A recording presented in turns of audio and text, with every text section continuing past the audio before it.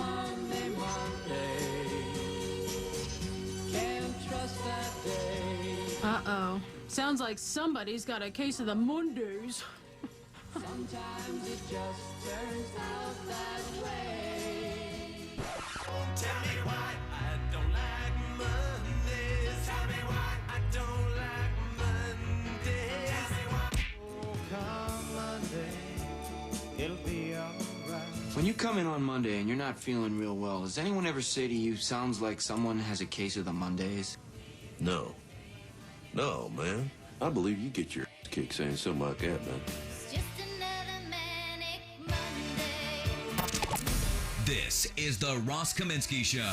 Now, Ross Kaminsky on Denver's talk station, 630 KHEL. It's just another manic Monday. Well, good morning. Happy Monday indeed. I am told by producer Shannon that it is National Logistics Day. I'm not entirely sure what to do with that information. I guess if you were planning on shipping something tomorrow, just in the spirit of the day, you could ship it today instead. I have no idea what else to do with that particular day. Producer Shannon. Yes? I said on YouTube that you plan on delivering today. Excellent. Excellent. So don't let me down. I had ordered my wife's printer, which has served us well for many, many years, seemed to suffer its own, I don't know if it was a stroke, a myocardial infarction, or whatever printers have, but it died a few days back, and I ordered a new printer for her, and it was supposed to arrive on Friday, but it didn't, and then tracking said it was going to arrive today. And it arrived yesterday, and I was a little bit surprised to see a delivery on Sunday. But there you are, somebody getting a little ahead of the game on National Logistics Day, actually delivering a day in advance. I'm trying to think of what kind of insane segue I can do about National Logistics Day, which one would think is about delivering stuff. I have one idea. This could potentially be some intergalactic logistics going on. So we've been waiting for quite some time for this report from America's intelligence agencies, from the Office of the DNI in particular, the Director of National Intelligence, about, well, what we used to call UFOs and what they now call UAPs, unidentified aerial phenomena. But I'll stick with UFOs because I grew up with that term. And so they finally released this thing on Friday.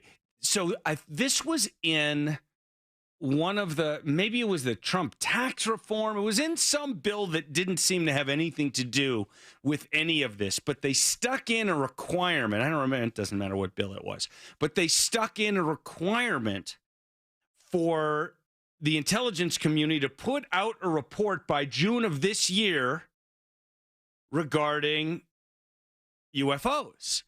And so they did. They waited till the very end of the month, pretty much, as government is wont to do. Wait until the very, very last possible moment. I guess they did it a week before the last possible moment, so good for them. But I thought I'd share a little of this with you. Not the whole thing, but some. It's not a very long report. I mean, it's only a 9-page report, including, a title page that's just the title, and including a couple pages of appendix that aren't that interesting. So it's a very short report, really, considering it's something that so many people have been talking about. And Tucker Carlson has had repeated guests on the show about it, and on and on and on. So let's share a little of this with you. So they talk about why the report was required. And executive summary, the limited amount of high-quality reporting on unidentified aerial phenomena, UAP, hampers our ability to draw firm conclusions about the nature or intent of UAP. That just means we don't know very much, so we can't tell you very much. That's all that means. So they talk about the information that they've gotten from the military and from intelligence community reporting, but they say the reporting lacked sufficient specificity, ultimately recognizing the unique tailored reporting process is required. So, in a limited number of incidents, UAP reportedly appeared to exhibit unusual flight characteristics.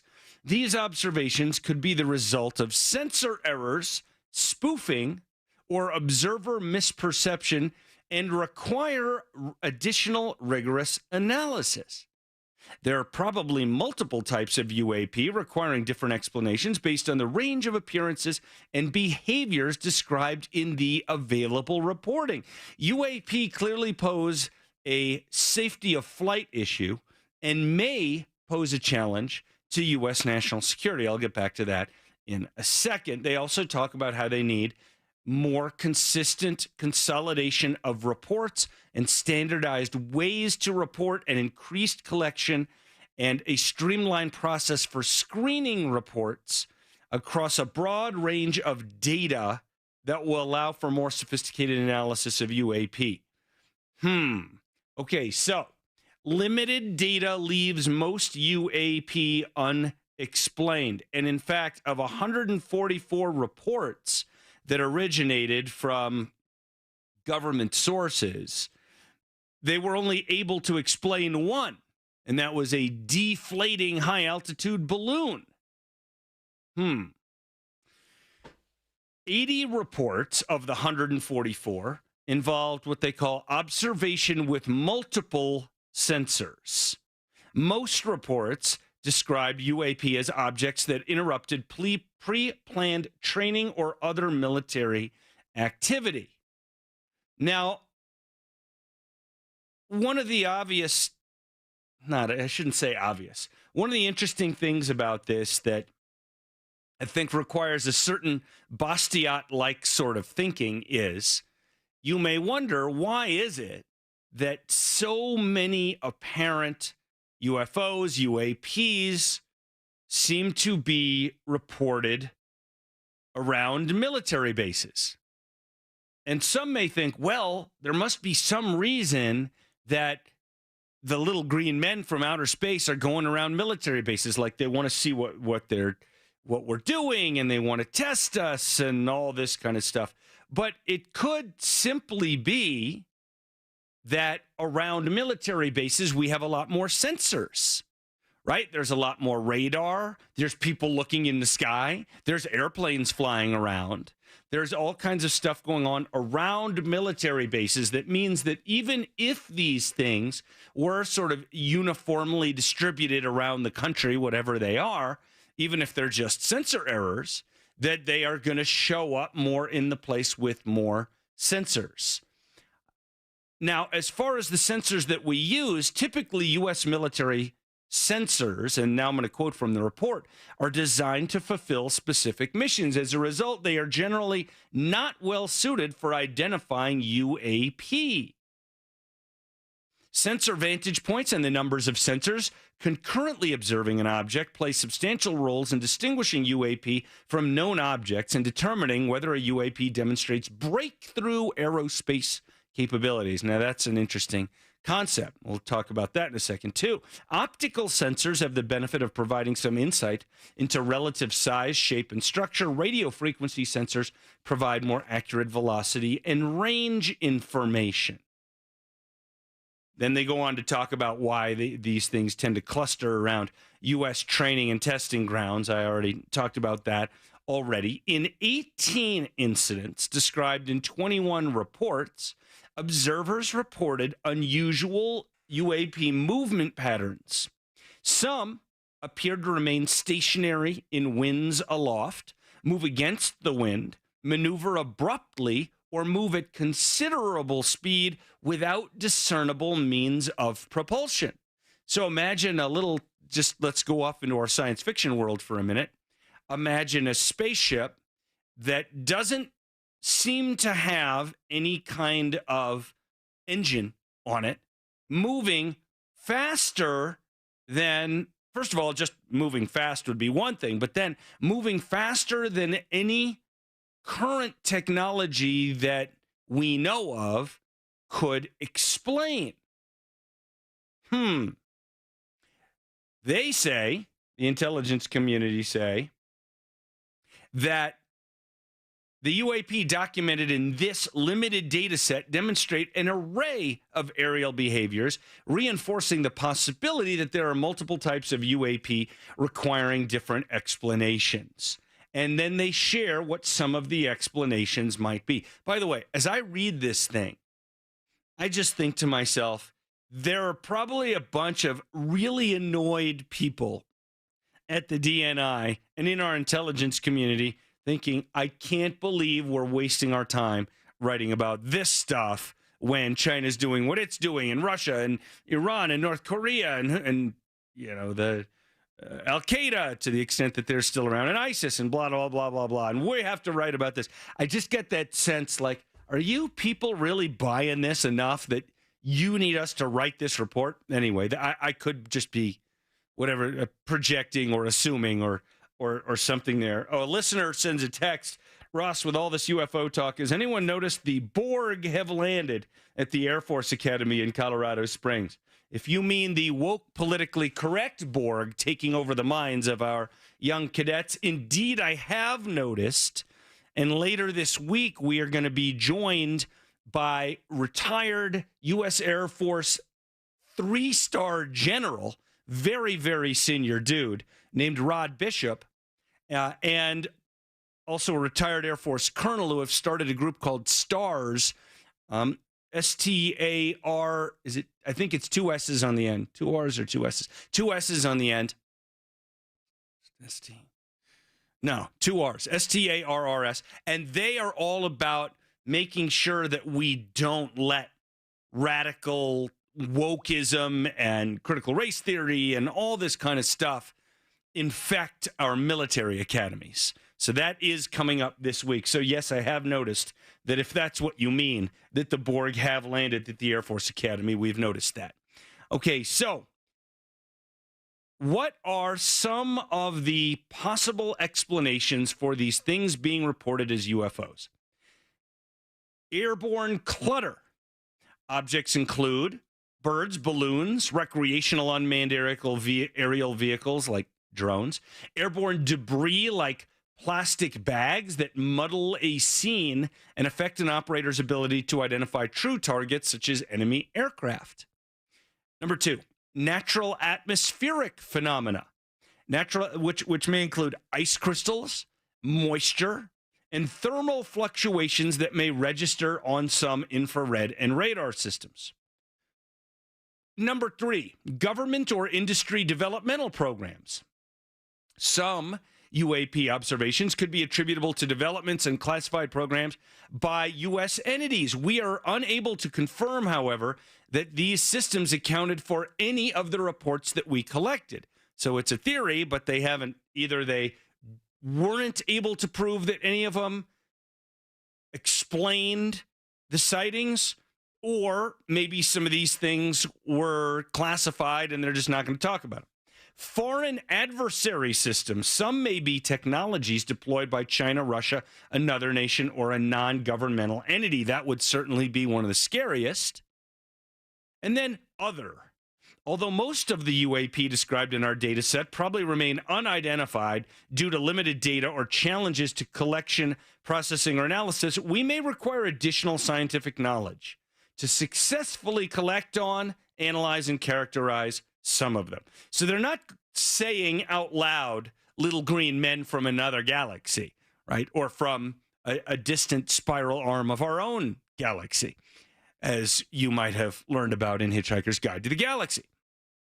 But that would clearly be contained within other. Now, what's the potential problems with these things? UAP threaten flight safety and possibly national security. I think the flight safety piece is obvious. When aviators encounter safety hazards, they're required to report these concerns. Depending on various aspects of where and how they're occurring, pilots may cease their test and or training and land their aircraft, which has a deterrent effect on reporting, and it also lessens our training. And then what about national security challenges? So they really don't know. They say we lack data to indicate that any UAP are part of a foreign collection program or indicative of a major technological advancement by a potential adversary. And potential adversary there could include not just countries on Earth, but little green men. Why did you unfold that thing? I had bent that so nicely, Shannon. We continue to monitor for evidence of some programs given the counterintelligence challenge they would pose. And then they basically go on, I'm not going to give a lot of quotes from here, but just saying, in order to explain these things better, we've got to analyze and collect more data. We've got to figure out how to put these, oh my gosh, there's a flying saucer that just made its way in here. Look at this thing. This thing was probably up in the sky one day. I have a theory. All right. I have a theory. Shannon was driving around Colorado Springs one day, and he got real frustrated about something that didn't go his way. I don't know what it was. And he had one of these things near him on the car seat. And for those of you who are not watching, I'm talking about this as if you can all see me. Those of you watching live on YouTube can see me. Those of you not watching live on YouTube, what I'm holding is a sort of a 5-pointed, it looks almost like a yellow starfish, okay, with 5 long legs. And I'm not even going to explain what it actually is because that would kind of start to ruin the story. But it looks like a 5-pointed starfish. These magnets on the bottom. So hold. All right. So it's kind of cool thing. So, and Shannon has all the cool toys. So I'm guessing he was driving around Colorado Springs or maybe Buckley Air Force Base. He's probably in that part of town more than the Springs. And he got annoyed at something and just grabbed this and just flung it out the window in a moment of frustration. And this thing would be spinning through the air, this yellow, it's covering metal and probably flying through the air. And it was picked up on one of those giant golf ball looking radar things at Buckley Air Force Base and reported as a UAP, an unidentified aerial phenomena. Now, this posed very little threat, except to the bunny eating some grass that it landed on. But they don't really know. So they need to come up with more ways to collect data and analyze in case more frustrated radio producers fling bendable camera tripods out of their windows. This is a very cool device. I think everybody needs one of these because you can fold it into so many different shapes. Oh my gosh. All right. So that's basically it. That's basically the entire government report on UFOs that we have been waiting with bated breath. And like I said, Tucker Carlson has had multiple guests and he's trying to make people interested in it. And this is one of those things that I really wished I believed in. I mean, of course, I believe there are things we haven't explained, but that doesn't mean I believe that they are nefarious or from foreign countries. I wouldn't put it past China to try to put something in our airspace, but not that easy to do without us knowing. Anyway, that's the whole government report. What a dud, huh? Landed like a UFO that ran out of gas or whatever they use. We'll be right back. This is Denver's Talk Station with Ross Kaminsky now. Tom Martino at 10, 630 KHOW, Denver.